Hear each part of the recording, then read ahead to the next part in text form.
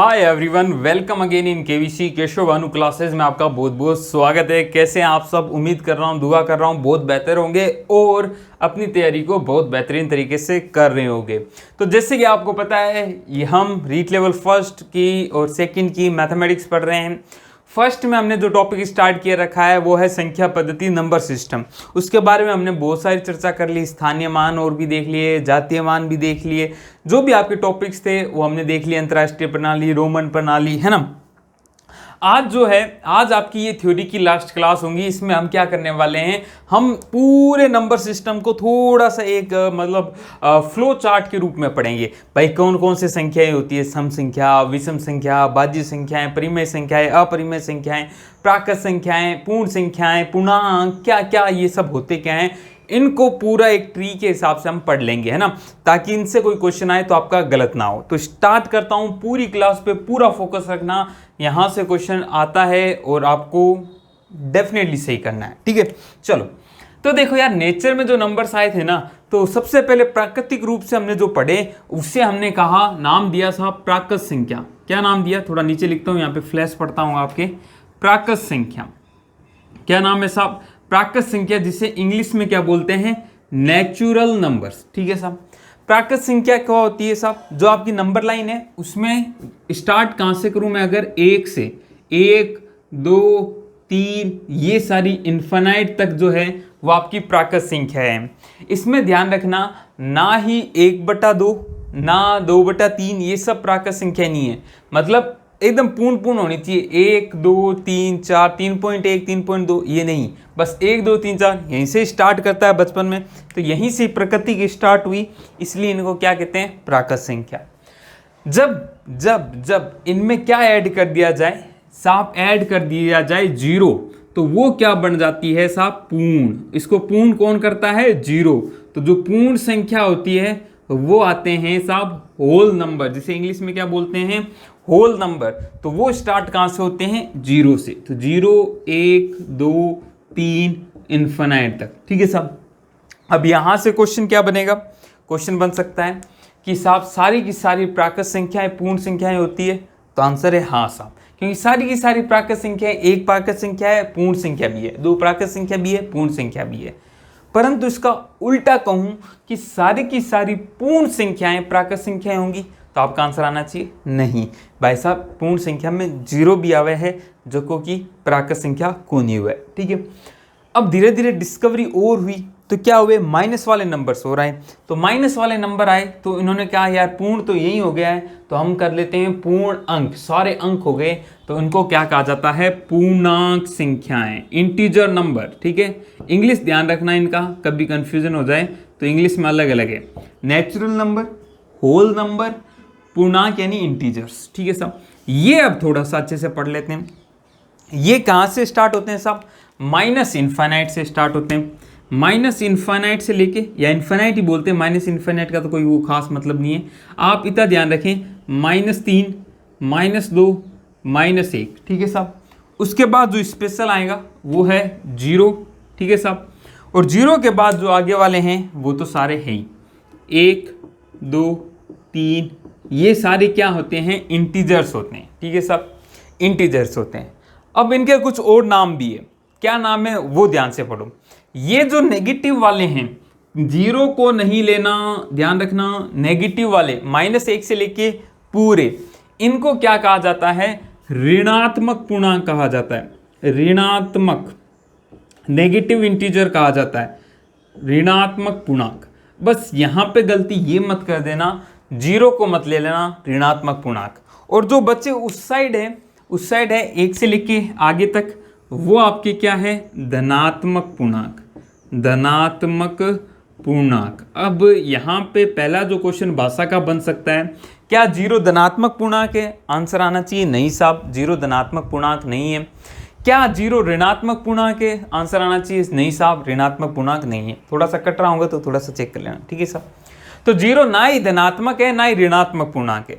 अब एक और वर्ड हो जाता है, एक और वर्ड क्या हो जाता है, जब 0 को ले लिया जाता है और यहां से लेके 0 से लेके मैं पूरा अनंत पीछे तक जाऊं, तो ये कौन से पूर्णांक है? ये वो पूर्णांक है जिसमें धनात्मक पूर्णांक नहीं है, यही तो बात है। जीरो भी है और ऋणात्मक है, दोनों मिलकर ऐसे पूर्णांक बना रहे हैं जिसमें धनात्मक पूर्णांक नहीं है।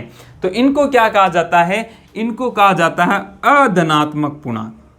अधनात्मक, अ का मतलब नहीं है, कौन से नहीं है साहब? धनात्मक पूर्णांक।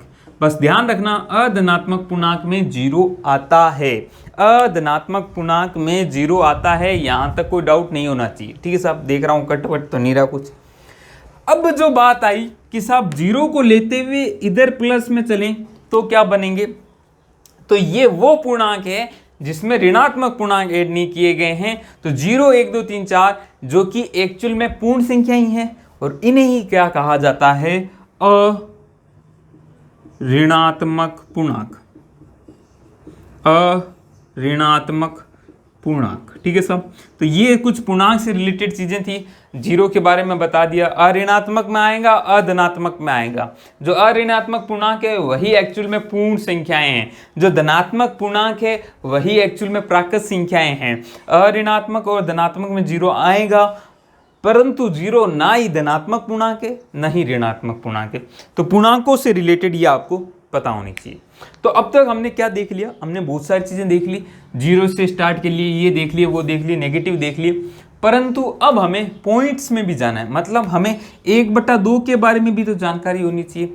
पूर्णांक में 1/2 नहीं है, 1 और 2 के बीच में 3/2 नहीं है, 0 और 1 के बीच में 1/2 पूर्णांक संख्या नहीं है, पूरी होनी चाहिए पूर्णांक के लिए, परंतु 1/2 है ना। अभी हमने कभी संख्या ये भी देखी है √2, तो इनको भी तो कहीं ना कहीं डाले, तो वो डालने का जो काम आता है वो दोस्तों आता है परिमेय संख्या और अपरिमेय संख्या। तो मैं थोड़ा भी उल्टा चल रहा हूँ, थोड़ा समझना। आगे मैं आपको चार्ट बनाने की कोशिश करूंगा। ये समझ में आ गया है ना?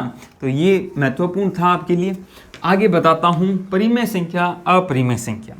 पहले परिमेय संख्या को देख लेते हैं। अपरिमेय तो बहुत आसान है। देखो परिमेय संख्या क्या होती है? परिमेय संख्या, ओहो क्या बात है, परिमेय संख्या क्या होती है? वो संख्या जो p/q रूप में लिखी जा सके, जहां q नॉट इक्वल टू 0 होता है। ठीक है साहब, q है ये p/q रूप में, यानी 1/2, 5/7, 3/2 है ना, ये सारी p/q बट्टे के रूप में लिखी जा सके, जहां q 0 नहीं होना चाहिए। अगर ये 0 हो गया तो किसी भी संख्या में 0 का भाग देना डिफाइन नहीं होता है, अनडिफाइन है, निर्धारित नहीं होता है, इसीलिए q 0 नहीं होना चाहिए। बस यही कंडीशन है। अब जैसे क्या होगी? 2/3 है ना, 1/4।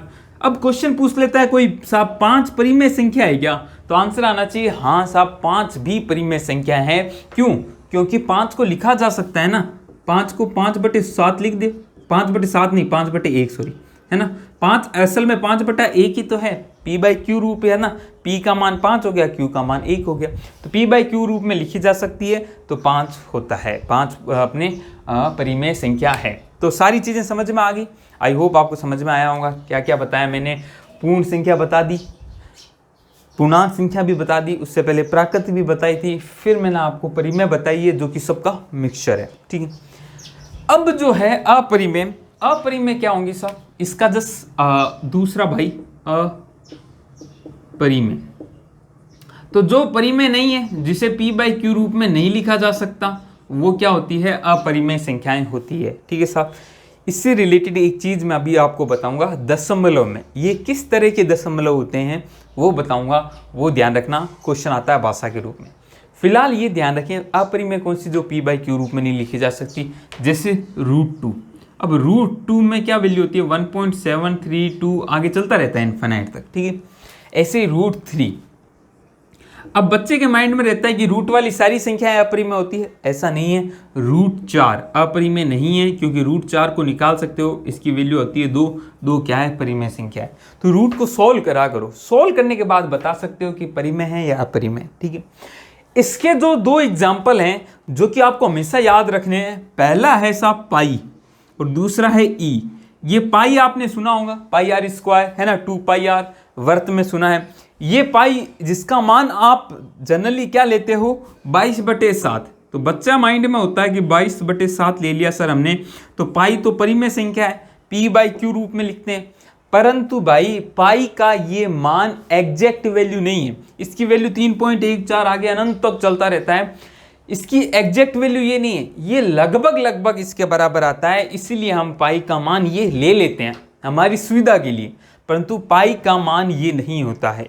ठीक है साहब, यहीं से एक कथन भी बनता है 22/7 परिमेय संख्या है, क्योंकि हमें पता है ये p/q रूप में लिख सकते हैं, परिमेय संख्या है परंतु पाई अपरिमेय संख्या है। ध्यान रखना इस बात का, ठीक है। तो पाई परिमेय है नहीं, पाई अपरिमेय। और ये ई कौन सा है, आपने बचपन में पढ़ा होगा log बेस में ई, है ना, तो ये भी क्या होती है, अपरिमेय संख्या होती है। log बेस 10 भी पढ़ा होगा, कभी कभी log 10 ई, दोनों की आपको टेबल मिलती थी ना, तो ये ई वो वाला ई है। ठीक है साहब, तो ये दोनों आपको ध्यान में रखने हैं, स्पेशली पाई का बहुत पूछा जाता है। पाई अपरिमेय है, 22/7 परिमेय संख्या है। क्यों है, लॉजिक समझ गया, इसकी वैल्यू ये नहीं है, एग्जैक्टली ये नहीं है, लगभग लगभग होती है, तो हम सुविधा के लिए ये ले लेते हैं। ठीक है साहब, तो ये परिमेय और अपरिमेय संख्याओं के बारे में बात होगी। अब इनका क्या करते हैं, हम थोड़ा बहुत मिक्सचर करते हैं। मिक्सचर क्या करते हैं कि साहब हमने एक परिमेय संख्या ली, एक अपरिमेय संख्या ली, उनमें गुणा भाग और ये सब करें तो क्या मिलेगा। ठीक है, तो ध्यान रखो, एक परिमेय है और उसके साथ दूसरी प्लस कर दिया, माइनस कर दिया, गुणा कर दिया, भाग कर दिया अपरिमेय के साथ, अपरिमेय के साथ, तो आंसर हमेशा क्या आता है साहब, अपरिमेय आता है,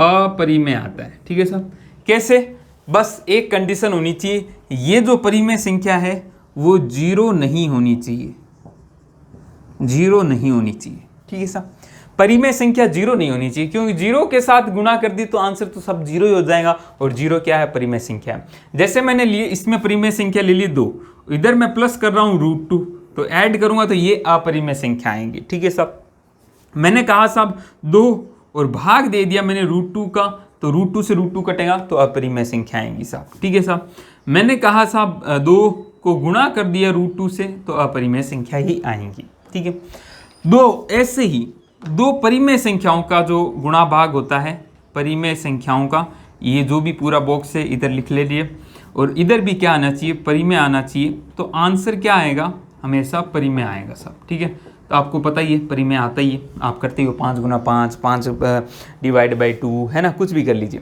ठीक है, अब कंफ्यूजन क्या बात है, अपरिमेय, देखो पहली चीज ये बता दी, दूसरी चीज ये बता दी, तीसरी चीज और बता रहा हूं, अपरिमेय।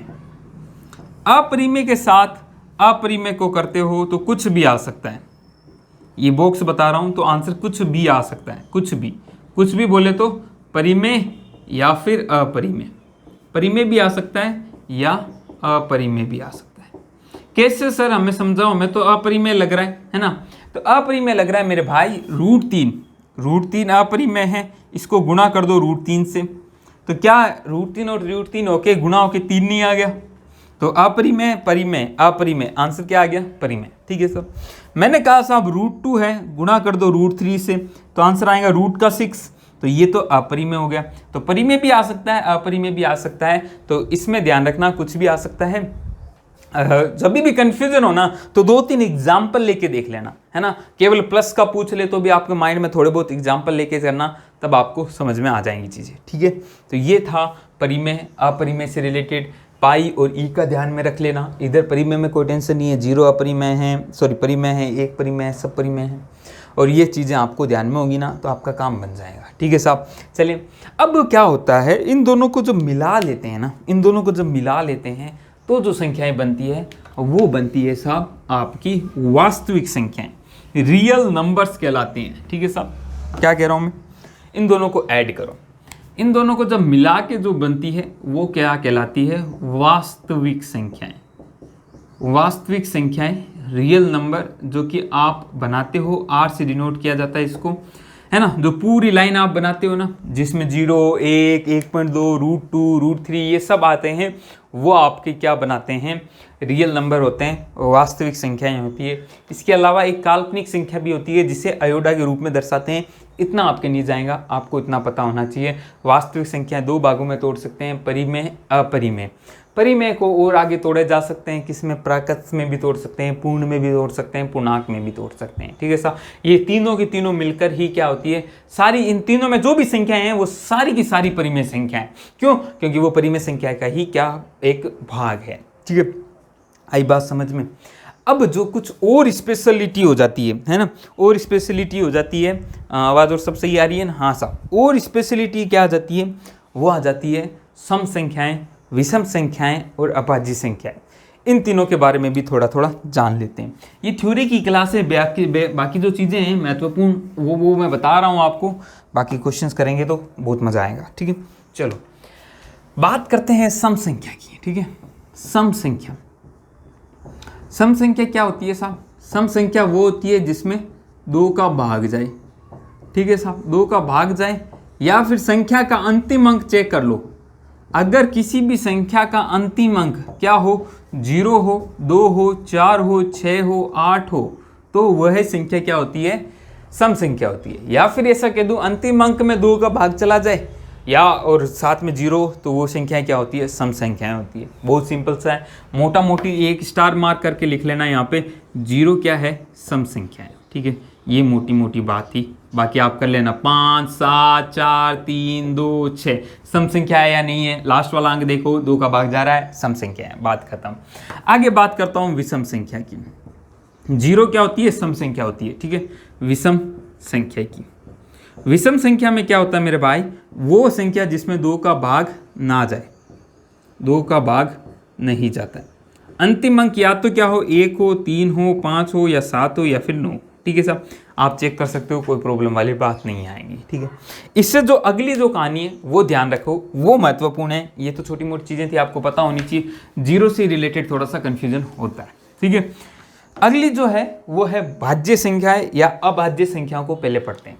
क्या बोल रहा हूँ मैं, अभाज्य संख्याएं बहुत महत्वपूर्ण है। इससे क्वेश्चन आते हैं आपके, और महत्वपूर्ण है इसीलिए आपको अच्छे से पढ़ा रहा हूँ, ध्यान से देखना।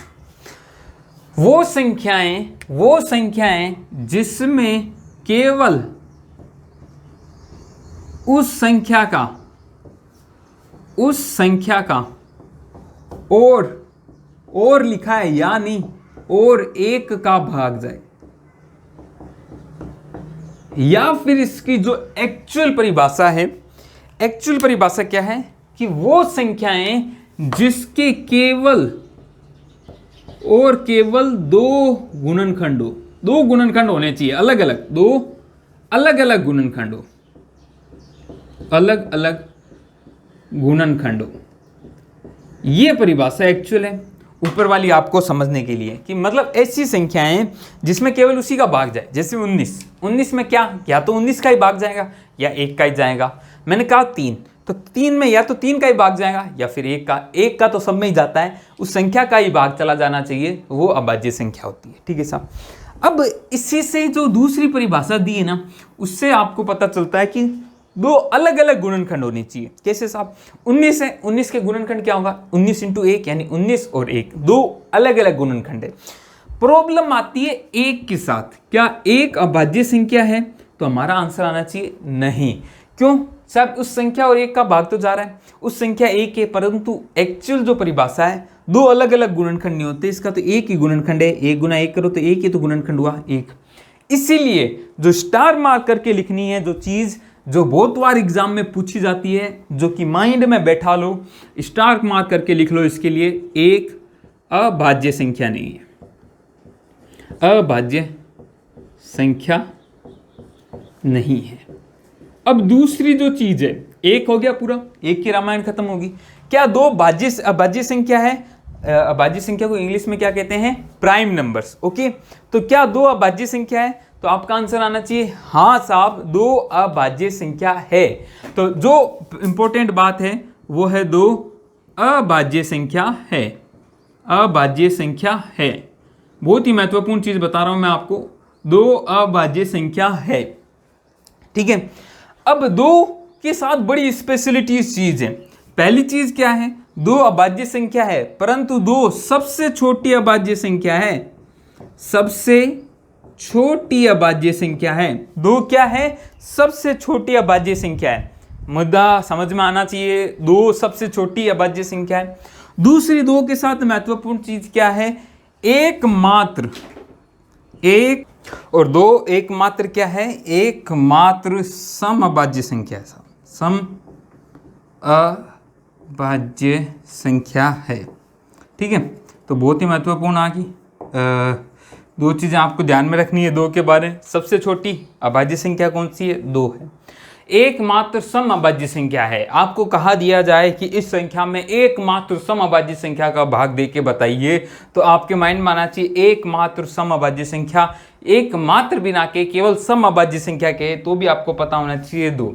और इसके अलावा सारी की सारी क्या होती है, अभाज्य संख्याएं विषम संख्याएं होती है ना। इसका उल्टा नहीं है सही कि सारी विषम संख्याएं अभाज्य संख्या नहीं।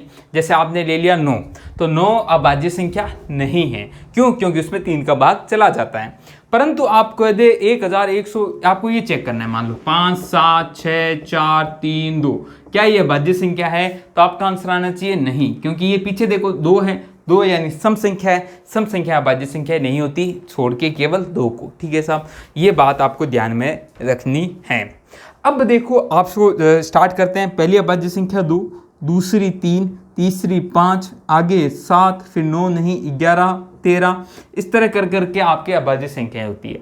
तो कुछ क्वेश्चन पूछ लिए जाते हैं। पहला क्वेश्चन क्या होता है साहब, 1 से लेके 25 तक, फिर पूछ लिया जाता है 25 से लेके 50 तक, फिर पूछ लिया जाता है 50 से लेके 75 तक, और फिर पूछ लिया जाता है 75 से लेके 100 तक।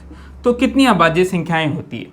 तो 1 से लेके 25 तक 100 होती है, वो होती है साहब 9, फिर होती है 6, फिर 6, फिर 4। तो ये आपको ध्यान में रखना है। 1 से लेके 25 तक, 25 से 50 तक, 50 से 75 तक, 75 से 100 तक। ठीक है, टोटल कितनी होगी 1 से लेके 100 तक? तो आपको ज्वाइन कर लीजिए, 6 और 4 10 और 15 25, टोटल कितनी हो जाएंगी? 25 हो जाएंगी। 25 संख्याएं होती है 1 से लेके 100 तक अभाज्य संख्याएं। ठीक है, आगे बात करता हूं। आगे आपसे पूछ ली जाए सबसे बड़ी 2 अंकों की, मैं क्या कह रहा हूं, सबसे बड़ी 2 अंकों की अभाज्य संख्या, तो कौन सी होंगी साहब? 2 अंकों की, यानी 90 से लेके 99 के बीच में ही कोई होंगी, है ना। बड़ी तो 2 अंकों की यही हो सकती है, उससे बड़ी तो 3 अंकों की हो जाएंगी। तो आंसर आ जाता है 97। ठीक है साहब, नहीं तो चेक कर लिया करो, याद रह जाए तो अच्छी बात है। सबसे छोटी 3 अंकों की पूछ ले आपसे, तो आंसर आना चाहिए 101। ठीक है साहब, ये आपके क्वेश्चंस थे, कुछ छोटे मोटे क्वेश्चन थे, वो आपको मैंने बता दिया अभाज्य संख्याओं से रिलेटेड। और भी कोई क्वेश्चन होंगे तो क्वेश्चन जब कराऊंगा तब और ऐड हो जाएंगे। ठीक है साहब, है ना, ऐसे ही आपको अभाज्य संख्याएं होगी। अब क्या होती है, अगली जो होती है वो होती है भाज्य संख्याएं। भाज्य संख्याएं क्या होती है साहब, बता देता हूँ मुँह से। जो अभाज्य ना हो, है ना, जिसमें भाग चला जाए, बस आपको भाज्य संख्याओं के बारे में कुछ चीज़ें ध्यान में रखनी है। चलो मैं पढ़ा ही देता हूँ, लिख के बताता हूँ आपको, क्योंकि महत्वपूर्ण है वो भी, है ना। भाज्य संख्या, है ना, क्या होती है भाज्य संख्या? जिसमें भाई साहब किसी ना किसी अन्य संख्या का भाग चला जाए, है ना। तो भाग किसी अन्य संख्या का चला जाए, भाज्य संख्या होती है। इसके बारे में स्पेशल जो चीज़ें हैं, पहली चीज़ स्टार मार्क के लिख लो, एक भाज्य संख्या नहीं है, क्योंकि इसमें एक का ही जा रहा है, अन्य किसी का जा ही नहीं रहा, है ना। तो एक भाज्य संख्या नहीं है, ये ध्यान में रखना। ठीक है साहब, और एक बात और कर लेता हूँ, एक बात और क्या कर ली जाए कि एक तो भाज्य संख्या नहीं है, तो एक नहीं है, 2 अभाज्य संख्या है, इसलिए ऐसे भी नहीं हो सकती, 3 भी अभाज्य संख्या है, इसलिए नहीं हो सकती। तो सबसे छोटी भाज्य संख्या क्या है? 4 है। ये भी क्वेश्चन आपको एकदम माइंड में बैठा लेना है कि सबसे छोटी भाज्य संख्या कौन सी है साहब? 4 है। तो एक स्टार मार्क करके ये लिख लो, सबसे छोटी अभाज्य संख्या, नहीं सॉरी, भाज्य डिविजिबल नंबर, है ना, भाज्य संख्या कौन सी है साहब? 4 है। ये बात ध्यान रखना। ठीक है, सबसे छोटी विषम भाज्य संख्याएं कौन सी हो जाएंगी? 5 नहीं, 6 नहीं, 6 तो विषम भी नहीं है, 9 होती है ना साहब, 9 होती है। ये भी पूछ ले तो कोई प्रॉब्लम नहीं। 1 से लेके 100 तक कितनी भाज्य संख्याएं होंगी? तो आपको ध्यान रखना है यार, 1 से लेके 100 तक अभाज्य कितनी होती है? 25 होती है। तो आंसर माइंड में क्या आता है? 75 आ जाता है ना, कि भाई 75 जो बच्ची होंगी वो सारी भाज्य संख्याएं होंगी, है ना। परंतु यही गलती हो जाती है, उसमें एक जो है, एक ना तो भाज्य है ना अभाज्य है, तो एक को तो हटाओ, है ना। तो 75 नहीं होती साहब, 74 74 होती है 1 से लेके 100 तक भाज्य संख्याएं। तो ये मोटा मोटी बात थी। आई बात समझ में? कोई रामायण वाली बात नहीं है, सिंपल सी चीज़ें हैं, मैंने आपको बता दी भाज्य संख्या से रिलेटेड। अभाज्य संख्या मैंने आपको बता दी, सम संख्याएं बता दी, सह अभाज्य संख्या भी होती है, ऐसी दो संख्याएं जिनमें आपस में भाग ना जाए, सह अभाज्य संख्या। मैंने कहा 5 और 7 सह अभाज्य है, क्यों साहब? ना तो 5 का 7 में भाग जाता है पूरा पूरा, ना 7 का 5 में। मैंने कहा 5 और 24 ये भी सह अभाज्य संख्या है, ना तो 24 में 5 का पूरा पूरा भाग जाता है, ना 5 में 24 का पूरा पूरा भाग जाता है। ठीक है साहब, ये बात समझ में आ गई। दो अभाज्य संख्याएं हमेशा सहअभाज्य संख्याएं होंगी, है ना। दो अभाज्य संख्या ले लो भाई साहब, 3 और 2, तो दोनों सहअभाज्य भी होंगी। ठीक है, ये थी मोटी मोटी बातें मैंने आपको बता दी। अब मैं थोड़ा सा दशमलव को और बता देता हूँ, इसी के साथ हम ये जो संख्या वाला है फिर हम क्वेश्चन ही करेंगे। ठीक है, थ्योरी को कंप्लीट करते हैं। देखो दशमलव की कहानी क्या होती है? दशमलव की कहानी बहुत प्यारी होती है। दशमलव संख्याएं, है ना, डेसिमल नंबर, दशमलव। फ्लैश आ रहा है तो थोड़ा सा समझ लेना, है ना। दशमलव संख्याएं, देखो दो तरह के दशमलव होते हैं। पहला दशमलव क्या होता है? शांत, शांत दशमलव, यानी टर्मिनेटिंग दशमलव। जैसे कि आपने देखा होगा 1/2, इसको मैं पॉइंट में बदल लूँ तो 0.5, बस काम खत्म। 0.5 के बाद आगे कुछ नहीं है ना। मैंने कहा 3/2 दशमलव आया 1.5, यानी 5 के आगे कुछ नहीं है, खत्म हो गया, ये शांत हो चुका है। दूसरा जो होता है मेरे भाई वो होता है अशांत दशमलव। अशांत दशमलव जैसे 0.333 दशमलव, जैसे 1/3 लिया मैंने, तो ये क्या आता है? 0.3333 भाग जाता जाता है इन्फिनाइट तक, तो ये कहीं शांत होता ही नहीं है, तो वो होता है अशांत दशमलव। ठीक है साहब, आई बात समझ में? शांत दशमलव, अशांत दशमलव। अब ये अशांत दशमलव दो तरीके के होते हैं। कैसे साहब? एक होता है, ध्यान रखना इसमें, आवर्ती, आवर्ती अशांत दशमलव। इसको नॉन टर्मिनेटिंग कहते हैं, इसको टर्मिनेटिंग कहते हैं। आवर्ती यानी रिपीटिंग नॉन टर्मिनेटिंग डेसिमल, है ना, रिक्यूरिंग भी कह देते हैं। ठीक है, चलो। और इसके साथ कौन सा होता है? एक अनावर्ती। अनावर्ती, आवर्ती क्या है? रिपीटेशन। अनावर्ती अशांत दशमलव, कट तो नहीं रहा, एक बार चेक कर लेता हूं मैं आपके लिए। अनावर्ती अशांत दशमलव, अनावर्ती कट तो नहीं रहा है। ठीक है साहब, देखो आवर्ती कैसे? जैसे मैंने अभी बताया 1/3, ये रिपीट होता जाता है 0.33333, ये इन्फिनिट। इसी को कैसे लिख देते हैं? 0.3, जो भी संख्या बार बार आ रही है उस पर लगा दो बार, ऐसा ही ये साइन, है ना, इसे बार कहते हैं। तो आपने देखा होगा 0.333, है ना। ऐसे ही मैं आपको अगर बात कर दूं 0.57 57 57, ये रिपीट हो रहा है, जिसे 0.57 का बार भी लिखा जा सकता है। ये आवर्ती होते हैं। ठीक है, अनावर्ती क्या है? कुछ पता ही नहीं है आगे क्या आता है, कुछ रिपीटेशन नहीं है। जैसे √2 1.43, आगे कुछ चलता रहता है ना। √3 1.73, दो ऐसे चलता रहता है। 4 1 4 आगे चलता रहता है। ठीक है, ये आपके आगे अनंत तक चलेंगे, परंतु कोई रिपीटेशन नहीं आएगा।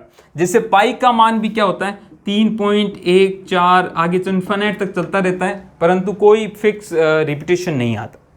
अब आपको ध्यान में क्या रखना है? ये तो दशमलव हो गया, समझ गए। आपको ध्यान में रखना है शांत दशमलव कैसे होते हैं? 1/2 3/2 जैसे, तो ये होते हैं परिमेय संख्या, ध्यान रखना। ठीक है, आवर्ती अशांत दशमलव ये भी 1/3 ऐसे p/q रूप में लिखे जा सकते हैं। ये भी आपके क्या होते हैं? परिमेय संख्या होते हैं, परिमेय संख्या होती है। ठीक है साहब, अनावर्ती अशांत दशमलव है, ये स्टार मार करके लिख लेना, यही एक्चुअल में आपके अपरिमेय संख्याएं होती है। ये क्वेश्चन पूछा जाता है, अच्छे क्वेश्चन आए तो यही पूछा जाएगा कि भाई साहब अपरिमेय संख्या क्या होती है, तो आंसर आना चाहिए अनावर्ती अशांत दशमलव। ठीक है साहब, बाकी ये दोनों क्या होते हैं, शांत होते हैं, तो आपके आंसर वो आ गए। तो ये दशमलव की चीज़ें रिलेटेड थे। अब इसको दशमलव को इसको पॉइंट्स में भिन्न रूप में कैसे बदलते हैं, ये आपको मैं भिन्न में पढ़ा चुका हूँ ऑलरेडी, तो आप जाके देख लीजिएगा, है ना। बाकी तो आई होप समझ में आ गया होगा, बाकी क्वेश्चंस कराऊंगा तब और समझा दूंगा। तो ये आपने मोटा मोटी संख्या पद्धति को मोटा मोटी पढ़ लिया है ना, जो जो मेन चीज़ें थी उन सबको हमने निकाला और पढ़ा। तो ये था आज आपकी थ्योरी की लास्ट क्लास कैसी लगी कमेंट करके ज़रूर बताना।